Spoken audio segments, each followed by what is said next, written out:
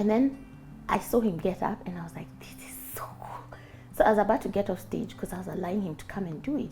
He's like, Sissy Wam, where are you going?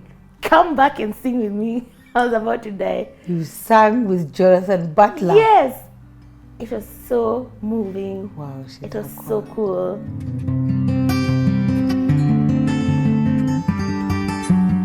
Hi everybody, my name is Angie Murenga. You're watching Just Angie and it's Lifestyle Thursday, and I'm here with a beautiful singer-songwriter, Shitaqua Musoga. Shitaqua, welcome. Thank you for having me. I'm so honored. It's amazing. I'm so grateful that you came. And today is about lifestyle. I want to learn about lifestyle. And I don't even know where to start, but I love, first of all, I spell your name differently from everybody else. You should take my new spelling because I think it's very creative. And even when I look at you, look resplendent and creative. Thank you. But I know what I wanted to ask. I was thinking, how did we get here? Well, first I came for PLF. Okay. Because a friend of mine who did it changed so much. So our mutual friend was like, we have to go. You and your other friend? Yeah, my other friend. So we came. Okay. I came for my first session. And I was sure I'm not coming back. I know. People have that effect. Because it was really cool. But then I had too many other commitments. So I was like, I'm not seeing how this is going to work. And especially because you do most of your gigs like on, is it Friday, Saturday? Saturday, Sunday. So Jael stopped me. She was the admin then. Yes. And then she asked me, how did you find it? Just before I answered her, someone who was about to leave backtracked their steps and then told me, I think I should pay for your manual. I feel led to pay for your manual. I was like, oh my God. Okay, that's how commitment now. Good. You see, that's how it works. It checks in.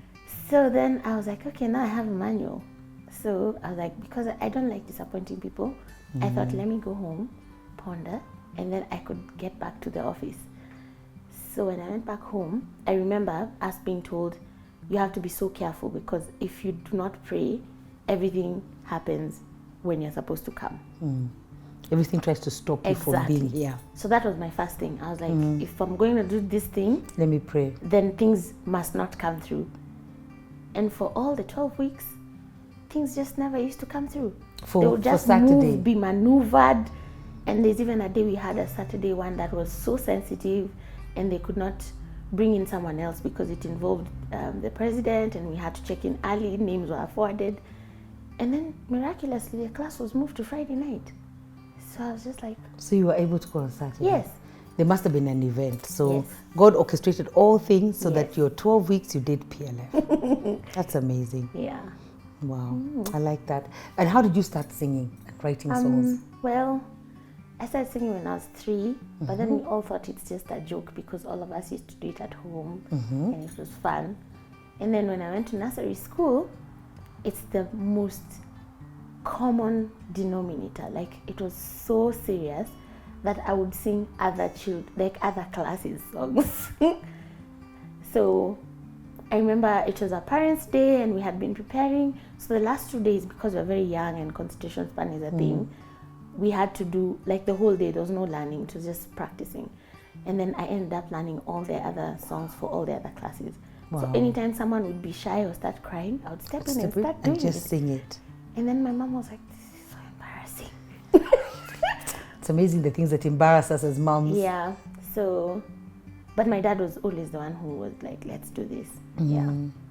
Wow. So since then, I went to primary schools. My folks actually used to consider extracurricular as part of, does this school have this? So they would take me to schools that would have that. And it was really cool because I feel like God orchestrated that most of my teachers would see the gift. Wow. So when I was in class 3, I had a teacher who used to try and teach me to compose. Yeah. I love teachers. Yeah, he sometimes was I think so cool. That they're sometimes so, I don't know. Of course, I was not understanding what he was doing because I was like, other kids are playing and you're telling me to write music. You wanted to go and play. Yes. So the whole instruction was lost, but now you can remember it. Yeah. So have you done music formally? I had to, because in 2014, Jonathan Butler was in the country. And he's one of the, oh my gosh, people in my life. He is. So I thought, how amazing could this be? So it turns out that I was working with 2 different bands, and we were doing Kempinski Friday night and Saturday night. For Jonathan Butler? No, or like no, opening? Just like just playing music. Playing music there. And that's where he was sleeping. Really? I was there declaring how I should like meet with him somehow, even if it's going to the washroom or something. So on the first night they were having a dinner thing, and then he didn't get to come to the side I was at, but I could see them because of the glass door. I was just like, oh my God, open the door, come through. Yeah. And then his part of the band came to the side because they had us do good music, and then I interacted with most of them until I was like, you're a girl, you're seated at Kempinski with people you don't know, and you're just storytelling until midnight. So I went home, and everyone in the band kept hinting at those guys, she's single. I'm like, oh my God, what a way to start an interaction. So on the next day I was with another band, but the cool thing is that because I hung out with them for so long, they could remember me.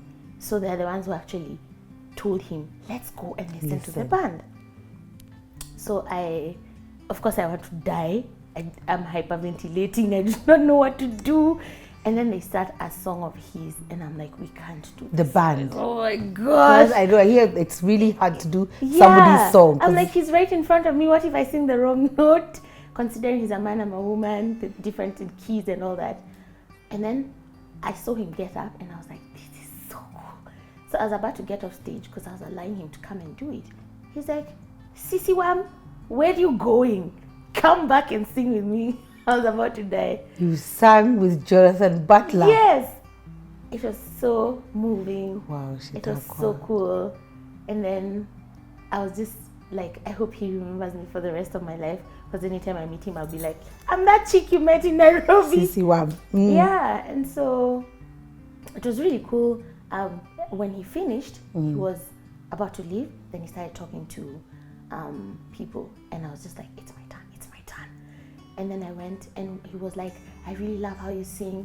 You have just one more thing, and I feel like you're ready for the world.